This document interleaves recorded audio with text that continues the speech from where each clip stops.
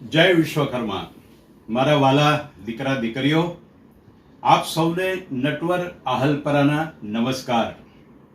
મિત્રો, આવતીકાલથી ગુજરાત બોર્ડની પરીક્ષા શરૂ થઈ રહી છે. ત્યારે આપ સૌને મારે કોઈ સલાહ નથી આપવી, મારે માત્ર શુભેચ્છા પાઠવવી છે.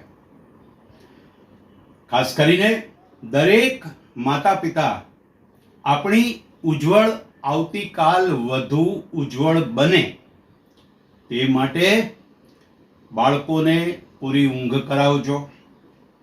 હા, એને પૌષ્ટિક નાસ્તો, પૌષ્ટિક ભોજન કરાવજો અને સાથે સાથે એનો વાંસો થાવડજો.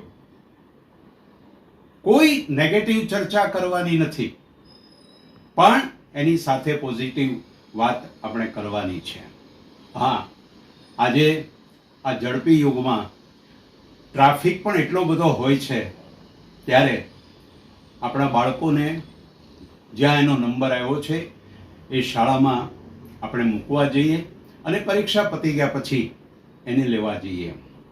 અને બીજું કે પેપર અપાઈ ગયું છે એની ઘરે ચર્ચા પણ નહીં કરીએ. સ્વામી વિવેકાનંદના શબ્દોને આપણે કેમ ભૂલી શકીએ કે જે આપણને સતત ઉજાગર કરે છે?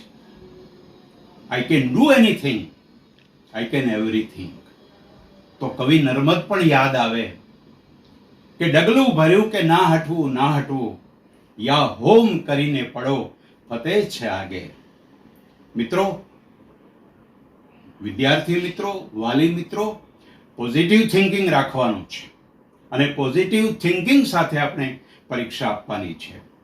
જે થઈ રહ્યું છે એ સારું થઈ રહ્યું છે, જે થવાનું છે એ પણ સારું થવાનું છે.